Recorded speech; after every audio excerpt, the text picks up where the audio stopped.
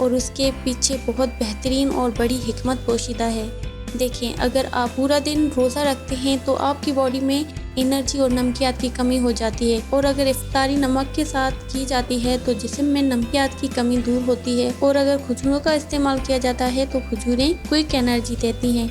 इसलिए सबसे बेहतर ये है कि एक चुटकी नमक लेकर सबसे पहले रोज़े को इफ्तार कर लिया जाए, उसके बाद खजूरें खाई जाएं, ताकि ना सिर्फ जिस्म में नमकियात की कमी पूरी हो जाए बल्कि खजूरें खाने की वजह से जिस्म में क्विक एनर्जी भी आ जाए। अफ्तारी में आपने ना तो लाल या पीले शरबत का इस्तेमाल करना है और ना ही आपने किसी काली या सफ़ेद सॉफ्ट ड्रिंक का इस्तेमाल करना है, बल्कि इफ्तारी में आप नींबू पानी का इस्तेमाल करेंगे, वो भी बिना चीनी और नमक के नींबू पानी का। नमक की जगह आप काले नमक का इस्तेमाल कर सकते हैं। नींबू विटामिन से भरपूर होता है। अफ्तारी में अगर आपको विटामिन सी मिलेगा तो ना सिर्फ आपकी बॉडी में मौजूद फैट पिघलेगा बल्कि आपका इम्यून सिस्टम भी मजबूत होगा। नींबू के इस्तेमाल से आपको फ्रेशनेस भी महसूस होगी। उसके अलावा अफ्तारी में जो एक और रूल आपने फॉलो करना है, आपने किसी भी तली हुई चीज़ का इस्तेमाल नहीं करना।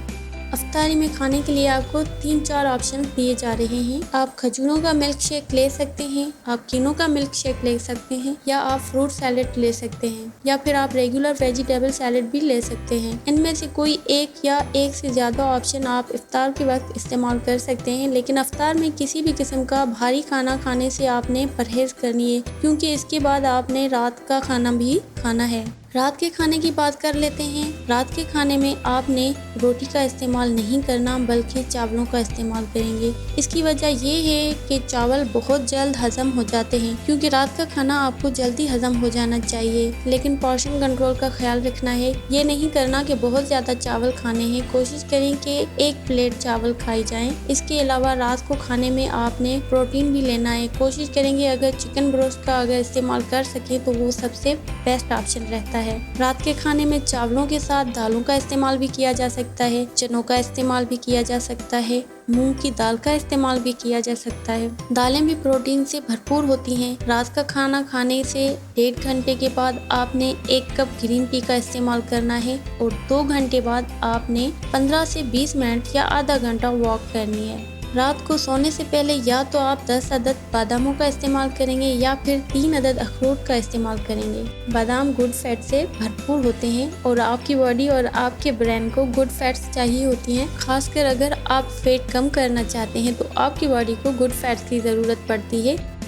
ये जितना डाइट प्लान आपके साथ शेयर किया है ये मुकम्मल तौर पर बैलेंस है। इस डाइट प्लान में प्रोटीन है, कार्ब्स हैं, गुड फैट्स हैं, विटामिन्स हैं, मिनरल्स हैं, यानी तमाम चीज़ें जो आपकी बॉडी को रिक्वायर होती हैं। हेल्दी तौर पर वेट कम करने के लिए और हेल्दी रहने के लिए वो तमाम चीज़ें एक पोर्शन से इस डाइट प्लान में मौजूद हैं। अगर इस वीडियो में दिए गए डाइट प्लान को पूरा रमज़ान का महीना फॉलो करते हैं तो ना सिर्फ आपका मेटाबॉलिज्म दोबारा से रीसेट हो जाएगा बल्कि जो मेटाबॉलिज्म स्लो पड़ गया था वो दोबारा से बूस्ट हो जाएगा और आप अपने आप को पहले से बहुत ज़्यादा फिट महसूस करेंगे और आपने जो वेट लॉस गोल्स रखे थे उसको भी अचीव कर लेंगे। जब आप इस डाइट प्लान को फॉलो करें तो आपने कुछ चीज़ों का लाजमी ख्याल रखना है। जैसे कि आप जानते हैं कि बाज़ार से मिलने वाली कोई भी चीज़ ऐसी नहीं जो 100% नेचुरल हो। किसी न किसी लेवल पर कोई न कोई केमिकल लाजमी तौर पर इस्तेमाल किया गया होता है। इसी तरह आपने अफ्तारी के बाद कार्बोनेटेड ड्रिंक्स का इस्तेमाल नहीं करना, खास तौर पर डाइट ड्रिंक्स का इस्तेमाल बिल्कुल नहीं करना। लोगों के जहन में एक बात बिठा दी गई है कि जो डाइट कार्बोनेटेड ड्रिंक्स होती हैं वो हेल्दी होती हैं और उनके पीने से ना तो आपका वजन बढ़ता है और ना ही आपको कोई नुकसान होता है, जबकि ये बात सच नहीं है। जदीद रिसर्च में ये बात निकल कर सामने आई है कि डाइट कार्बोनेटेड ड्रिंक्स जो रेगुलर ड्रिंक्स होती हैं उनसे भी ज़्यादा खतरनाक साबित हो सकती हैं, क्योंकि इनमें आर्टिफिशियल फ्लेवर्स और कई ऐसे केमिकल शामिल होते हैं जो आपकी हेल्थ के लिए सख्त नुकसानदेह साबित हो सकते हैं। अगर आप रमज़ान डाइट प्लान फॉलो करते हैं तो ये चीज़ यकीनी है कि आपके वजन में बहुत ज़्यादा कमी होने वाली है।